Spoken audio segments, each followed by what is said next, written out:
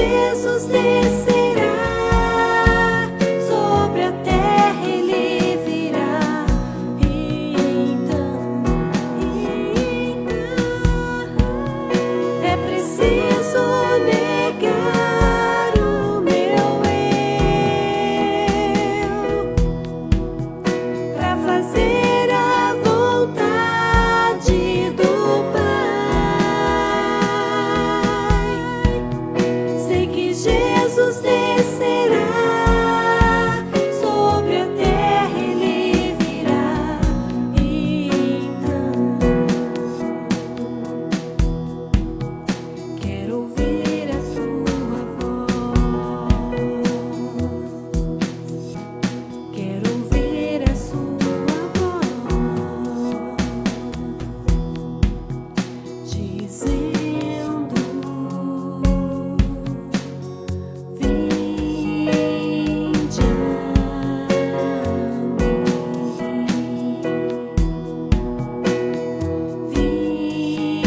vinde a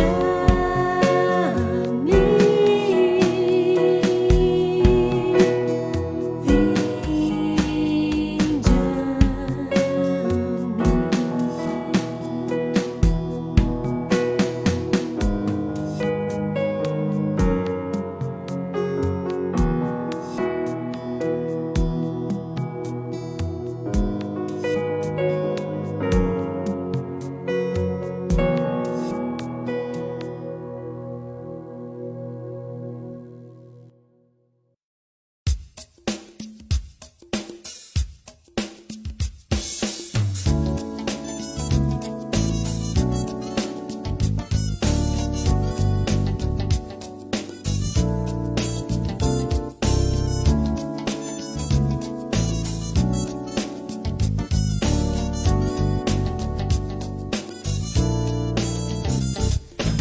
Eu tive que escolher entre viver ou me perder, já escolhi.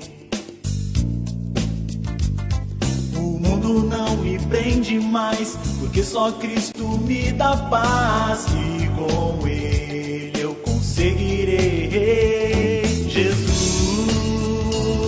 só Ele me dá paz. Jesus, só Ele satisfaz. Jesus, Jesus, Jesus, Ele é o amigo verdadeiro.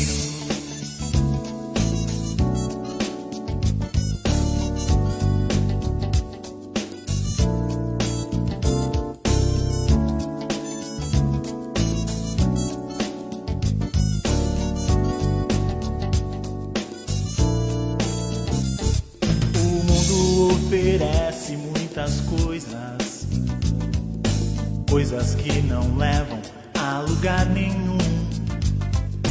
Cristo oferece vida eterna, basta apenas você querer. Jesus, só Ele te dá paz. Jesus, só Ele satisfaz. Jesus, Jesus, Jesus, Ele é o amigo verdadeiro. Jesus, só Ele te dá paz. Jesus, só Ele satisfaz. Jesus, Jesus, Jesus, Ele é o amigo verdadeiro.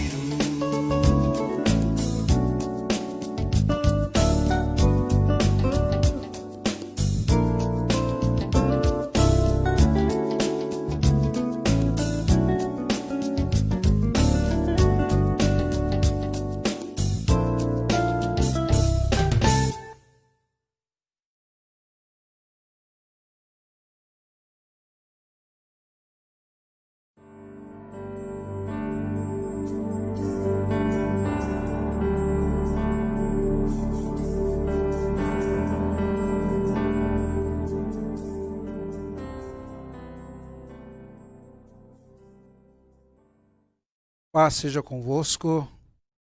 Estamos apresentando mais uma reflexão bíblica para a página Conhecereis a Verdade e a Verdade vos libertará, da Congregação da Igreja de Deus de Taubaté. Paz seja convosco, que Deus vos abençoe e que Deus abençoe a todos aqueles que estão participando ou participarão desta reflexão. Vamos fechar os nossos olhos, vamos elevar os nossos pensamentos ao trono da graça de Deus e vamos orar, pedindo ao Deus eterno que nos dê sabedoria, que nos dê um espírito de humildade para entender a sua palavra. Senhor, nosso Deus e Pai, Todo-Poderoso, Criador dos céus e da terra, perante a tua presença, nos colocamos, Senhor, nesta hora, suplicando a tua direção sobre esta mensagem que será, Senhor, levada ao ar. Que teu Santo Espírito possa me usar e também, Senhor, fazer com que aqueles que ouvirem possa entender a perfeita, a boa e agradável vontade de Deus e as profecias que estão se cumprindo para os últimos dias. Amém. Hoje temos como tema dessa reflexão por que devem ocorrer heresias. No decorrer dessa reflexão, os irmãos irão saber o que é a heresia, o que são heresias.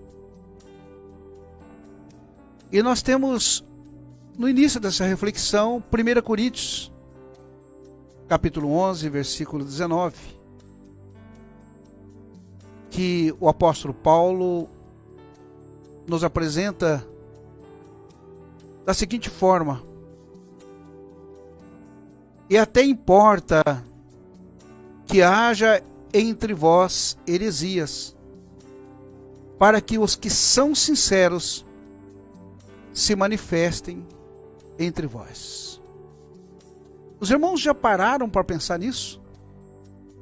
Que Deus permite heresias para que possa se manifestar verdadeiramente aqueles que têm se convertido, aqueles que verdadeiramente são moradas do Espírito Santo, aqueles que verdadeiramente são tocados, guiados, movidos pelo Espírito de Deus. Irmãos, a palavra heresia também pode ser traduzida como divisão, como uma facção, dissensão, cisma, partido. É que acostumamos a usar a palavra heresia para indicar a má doutrina. Mas uma heresia também pode ser causada por sã doutrina. Mas como isso, pastor? Bom, quando alguém começa a enfatizar demais uma verdade, e a enfatização dessa verdade, ela causa com isso uma divisão, essa pessoa é chamado de herege, ainda que não tenha falado mentira, ainda que não tenha falado nada de errado.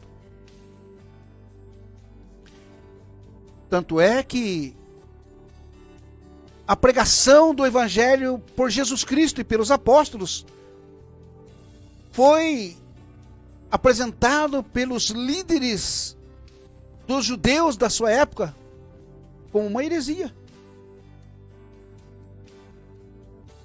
O sentido da passagem é que deveriam existir divisões para assim revelar aqueles que são sinceros. Mas a expressão é preciso mesmo que haja divisões, ou importa que haja entre vós facções. Não está autorizando a existência de divisões. Não é que Deus está autorizando. É como se no teste de qualidade de um produto, alguém dissesse que devem existir alguns produtos com defeito. Obviamente que ninguém na fábrica iria jamais pensar em fabricar um produto com defeito. Mas o teste faz com que eles apareçam. E com isso revela a qualidade dos que estão com defeito. Assim é na igreja de Deus. Essa heresia, esse teste, é o que verdadeiramente apresenta o produto com defeito, isto é, apresenta aquele que, a princípio, parecia ter assumido o compromisso com Deus, mas que, ao longo do tempo, mostrou-se inclinado para o pecado, inclinado para o desvio da verdade. Perceba também que o contexto da passagem é de divisões ou heresias que estavam ocorrendo entre os irmãos de Corinto. Isso é, no meio deles. Ou seja, eles continuavam juntos e reunidos no mesmo lugar. Mas ainda que unidos, ainda que juntos, estavam divididos. Por isso havia preferências dentro da igreja. E havia opiniões pessoais. O assunto já vinha sendo tratado já desde o capítulo 1 de Coríntios. Paulo, em 1 Coríntios, capítulo 1, versículo 10 a 13, Paulo, ele diz assim: rogo-vos, porém, irmãos, pelo nome de nosso Senhor Jesus Cristo, que digais toda uma mesma coisa, e que não haja entre vós dissensões, antes sejais unidos em o mesmo pensamento. Está vendo, irmãos? A palavra do apóstolo Paulo era que não houvesse heresias, que não houvesse dissensões, mas que todos pudessem ser unidos no mesmo pensamento, ter o mesmo espírito, a mesma disposição, o mesmo parecer. Por quê? Porque Paulo diz que a respeito da igreja de Corinto, tinha sido comunicado a ele pela família de Cloé que havia contenda entre eles. Quero dizer com isso, Paulo, falando que cada um de vós diz: eu sou de Paulo, eu sou de Apolo, eu sou de Cefas, eu sou de Cristo. E Paulo faz uma pergunta: está Cristo dividido? Foste vós crucificados em nome de Paulo? Ou foste vós batizado Em nome de Paulo. Irmãos, é muito importante entender como o espírito de divisão tem verdadeiramente surgido na igreja. E é todas aquelas pessoas que se dividem, que se afastam, que se distanciam, até acreditam que estão vivendo numa comunhão com Deus, até acreditam que estão no caminho, mas é muito importante uma coisa que até Salomão fala, não está na mensagem, mas Salomão fala ali em Provérbios 18 primeiro, que aquele que se divide, aquele que se separa, busca os seus próprios interesses. E esse levanta-se, insurge-se contra a verdadeira sabedoria. Então Paulo mostra na igreja de Corinto que esse pensamento, esses partidos dentro da igreja, simplesmente manifestava, externava a carnalidade da congregação, da igreja. Paulo até parece irritado quando ele diz assim: pois que havendo entre vós inveja, contendas, dissensões, não sois carnais? Será que vocês não reconhecem que vocês são carnais? Esse comportamento, esse sentimento de vocês simplesmente mostra que vocês ainda não nasceram de novo, que vocês ainda não estão experimentando a perfeita, boa e agradável vontade de Deus. Paulo está dizendo, vocês ainda continuam andando segundo a natureza humana. Porque quando vocês dizem eu sou de Paulo, e outro diz eu sou de Apolo,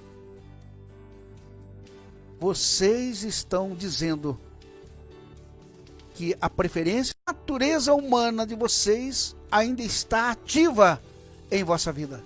Quando na realidade, como nova criatura em Cristo Jesus, essa natureza deveria morrer. A existência de diferenças entre irmãos,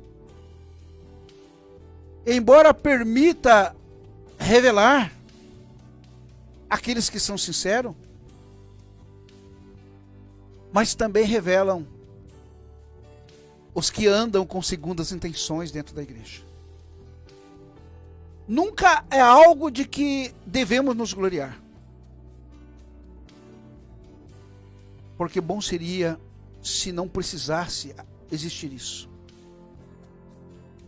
Na realidade, esses pensamentos adversos, esses pensamentos de divisão, de heresia, é uma vergonha. Por quê? Porque é sinal de carnalidade. É sinal de que aqueles que estão na igreja ainda não estão ligados no corpo de Cristo. Porque não nasceram de novo, não nasceram do Espírito. Mas como diz Paulo também, é um sinal de orgulho religioso,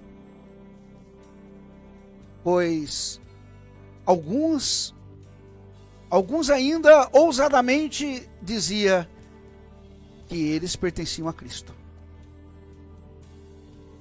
querendo dizer com isso que os outros que diziam que era de Apolo, de Paulo, de Cefas, não faziam parte. É importante notar que Paulo não estava aqui falando explicitamente das seitas. Outras palavras que também nem sempre é usada de forma correta. Hoje é comum ouvirmos a palavra seita relacionada a alguma religião falsa, que professe doutrinas malignas ou dogmas. Então muitos às vezes dentro da igreja incluem nessa lista de seitas religiosas como Testemunho de Jeová, Mormons, ou Adventista. Mas a palavra seita é o resultado que geralmente ocorre quando uma heresia ou uma divisão não é internamente resolvida em uma assembleia. Então ocorre a facção. Literalmente falando, quando alguns saem para formar um grupo diferente, ainda que as crenças e doutrinas continuem as mesmas, mas um grupo diferente é então uma seita. Portanto, todas as denominações, independente do grau de verdade que professem ter, são seitas. E alguém ligado a elas incorre no erro do sectarismo. Em Atos, você encontra também os saduceus e fariseus sendo chamados de seitas. Atos, no capítulo 5, versículo 17, 15, 5, 26, 5.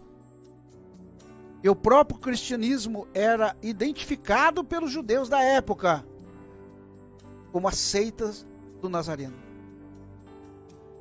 Ou seja, uma divisão do judaísmo. Deus não aprova, irmãos, divisão.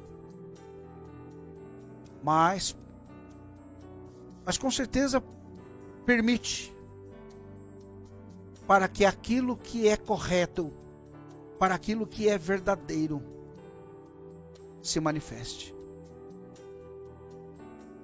Ao mesmo tempo que o erro também se torna evidente. Ainda que isso termine numa divisão real, numa divisão literal. Amados, nós vemos isso, temos exemplo disso na história de Israel. O reino foi dividido em dois durante o reinado de Roboão, permanecendo Judá e Benjamim em Jerusalém, sendo identificados como o reino de Judá, que ali era o centro da adoração que Deus estabelecera, e ao norte o reino de Jeroboão, reinando sobre as 10 tribos, identificada como o reino de Israel em Samaria, e edificando 2 santuários falsos para o povo adorar. Quando Roboão quis resolver o problema na base da força, foi repreendido por Deus e avisado de que Deus tinha permitido aquela divisão. Em 1 Reis 12, 24, diz assim: assim diz o Senhor: não subireis nem pelejareis contra vossos irmãos, os filhos de Israel. Volte cada um, porque eu é que fiz essa obra. Amados, apesar de todos os erros de Roboão, Deus ainda tinha um lugar de adoração, que era Jerusalém. E aqueles que seguiram Jeroboão eram responsáveis por desprezar não só a unidade que Deus requeria do povo, mas o lugar onde o Senhor havia colocado o seu nome. Mesmo assim, Deus não abandonou o seu povo, pois vemos que levantou alguns de seus notórios profetas para ministrarem no norte, para ministrarem às 10 tribos, como no caso de Elias e Eliseu. Mais tarde, quando o rei de Judá, Ezequias, reabriu o templo de Jerusalém e restabeleceu o culto a Deus, ele enviou convites a todas as tribos, inclusive aquelas tribos que tinham seguido Jeroboão,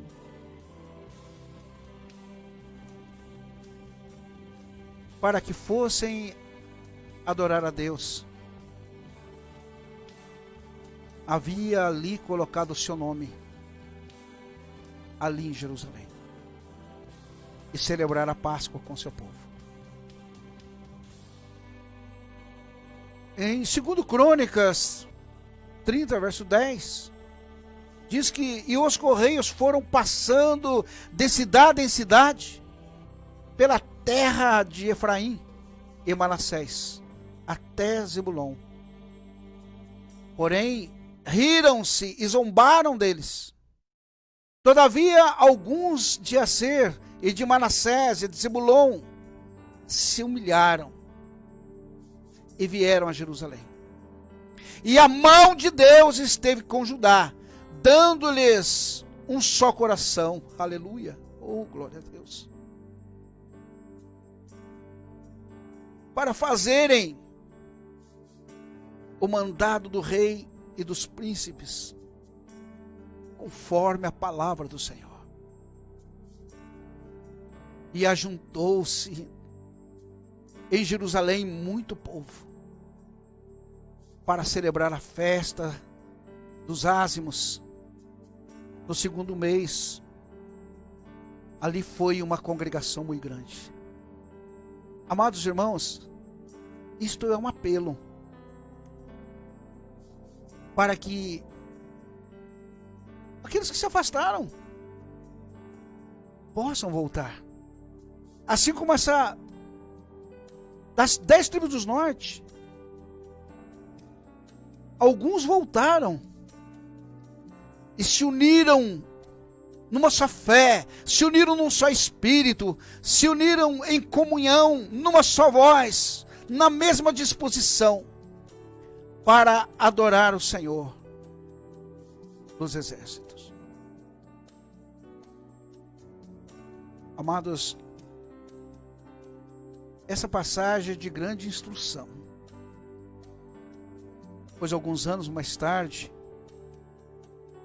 todas as 10 tribos divididas, elas foram deportadas para a Babilônia. Foram levadas para o cativeiro. Não esperavam isso. Acreditava que Deus não iria fazer isso, mesmo que Jeremias tivesse profetizado, Isaías tivesse profetizado.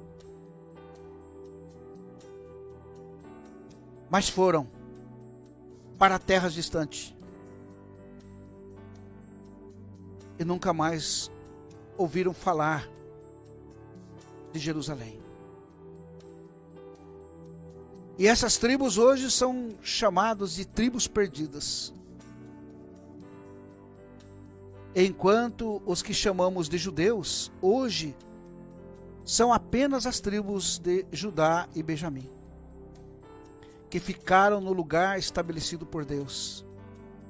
Além de indivíduos de outras tribos, como na passagem acima, que iam a Jerusalém para adorar e estavam lá quando ocorreu a invasão dos assírios, escapando assim do cativeiro. Ana, uma mulher idosa que aparece no Evangelho de Lucas, recepcionando o menino Jesus no templo. Ali, quando Jesus foi levado ao templo. E ela era da tribo de Aser. Portanto, descendente de uma dessas tribos que foi adorar ao Senhor em Jerusalém, que saiu do norte para ir ao sul, para ir a Jerusalém e adorar ao Senhor dos Exércitos. Hoje, apesar de todas as divisões que ocorreram no testemunho cristão e de tantos estarem adorando no lugar onde o Senhor não colocou o seu nome, o Espírito Santo de Deus continua alimentando as ovelhas do Senhor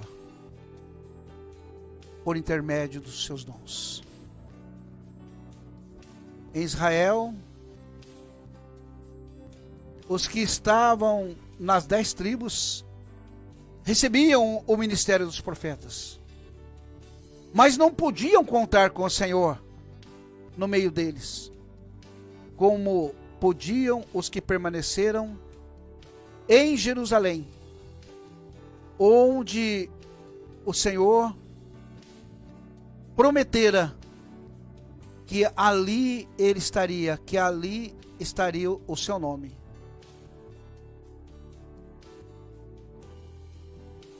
Amados, hoje todos nós podemos desfrutar do ministério da palavra por meio do Espírito de Deus, em qualquer lugar. Mas, lamentavelmente, muitos não desfrutam da presença do Senhor, a menos que esses consigam entender de que precisam voltar para estar aonde o Senhor os colocou. E ali o seu nome, o nome do Senhor, a autoridade do Senhor será reconhecida em sua vida. É importante vocês entenderem e estarem cientes disso. Inclusive, reflitam, façam um inventário de sua vida, converse com Deus. Às vezes uma divisão ocorre por causa de uma verdade. Por isso é preciso investigar não apenas a circunstância em que elas ocorreram, mas quais os frutos que trouxe. Irmãos, cedo ou tarde, a divisão ela mostrará os seus frutos. E os frutos dos erros doutrinários, frutos de erros malignos, frutos de espírito do erro que tem trabalhado na vida de muitos, irá se manifestar. E esses frutos produzirão outras divisões. Outra característica da divisão ou heresia que pode nos ajudar a identificá-la é a evidência de algum homem à frente dela, e com o claro propósito de Paulo alertou que isso aconteceria logo após a partida dos apóstolos. Atos capítulo 20, de 29 a 30, Paulo diz: porque eu sei que depois da minha partida entrarão no meio de vós lobos cruéis, e esses lobos cruéis não pouparão o rebanho, e que dentre vós mesmo se levantarão homens que falarão coisas pervertidas, palavras distorcidas, para atraírem discípulos após si. São pessoas que muitas das vezes têm uma certa eloquência, têm uma certa visão da história bíblica, mas não é dirigido pelo Espírito Santo de Deus. Não é o Espírito de Deus que administra a vida dele. Irmãos, olhem na vida daqueles que se afastaram e na vida daqueles que estão se afastando. Como estão as suas vidas? Como estão os seus testemunhos? Como estão suas famílias? Amados, eles são de duas categorias: lobos cruéis, ou seja, os que vêm de fora do rebanho porque nunca foram salvos, e aqueles que saem de dentro da igreja, do meio de nós. O primeiro explora o mais que pode do rebanho, e nessa categoria podemos incluir os que não se importam com o valor das almas, com aqueles que o seguem. Não se importam que morram de fome espiritual, desde que deem lucro para eles. Os da segunda linha geralmente fazem isso mais por orgulho, por egoísmo, porque querem, necessitam de aprovação, querem ser seguidos. Aí podemos incluir os que, apesar de serem cristãos reais, adoram fazer parte de um clero e serem seguidos e bajulados como ovelhas. São aqueles que não têm uma vida santa no altar do Senhor, mas se gloriam de ser chamados de ministros, de pastores, presbíteros, diáconos. Mas o espírito que impera na vida deles são espírito de divisão. Líderes que costumam causar divisões por causa do seu orgulho centralizador, como acontecia na assembleia mencionada pelo apóstolo João, na terceira carta de João, capítulo 1, 9 e 10, ele diz: tenho escrito à igreja, mas Diótrefes, que procura ter entre eles o primado, não nos recebe. Por isso, se eu for, trarei à memória as obras que ele faz, proferindo contra nós palavras maliciosas. E não contente com isso, não recebe os irmãos e impede os que querem recebê-los, e os lança fora da igreja. Meus queridos e amados irmãos e ouvintes dessa reflexão, saiba que as divisões são sempre a prova de que alguns fracassarão em entender qual seja a boa e perfeita e agradável vontade de Deus. Mas para você, meu querido irmão, minha querida irmã, que você não seja enquadrado dentro daqueles que não conseguem entender a mensagem do reino de Deus. Eu quero e preciso acreditar de que se você está no caminho de Deus é porque entendeu a mensagem do reino de Deus. Você está convicto da palavra que chegou até os seus ouvidos. E ela não ficou apenas nos seus ouvidos. Ela desceu para o seu coração. E eu oro e clamo ao Senhor de que você, meu irmão, minha irmã, de que você, ministro que tem se afastado, volte. Não permita que os espinhos cresçam na sua vida.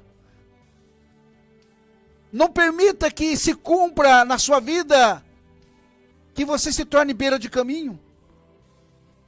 Ou a planta que criou, que germinou sobre as pedras.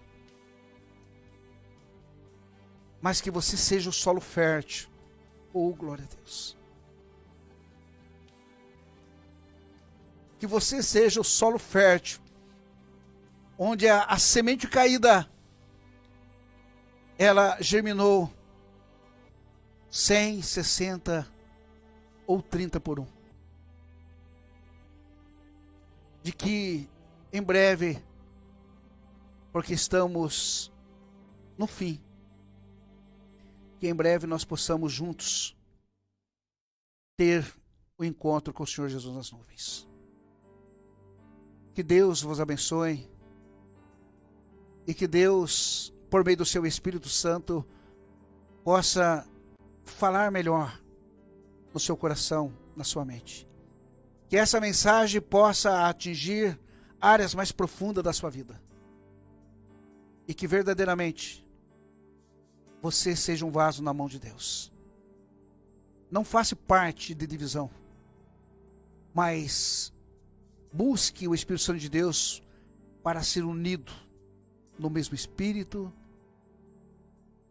no mesmo sentimento, no mesmo parecer, na mesma disposição. Porque esta é a vontade de Deus em Cristo Jesus. Que você possa dizer, não mais vivo eu, mas Cristo vive em mim. E se Cristo vive na tua vida, meu irmão e minha irmã, então aquela última oração do Senhor Jesus, que ele disse, rogo-te, ó Pai, que eles sejam um, assim como nós somos um, se cumpra na sua vida. Paz seja convosco.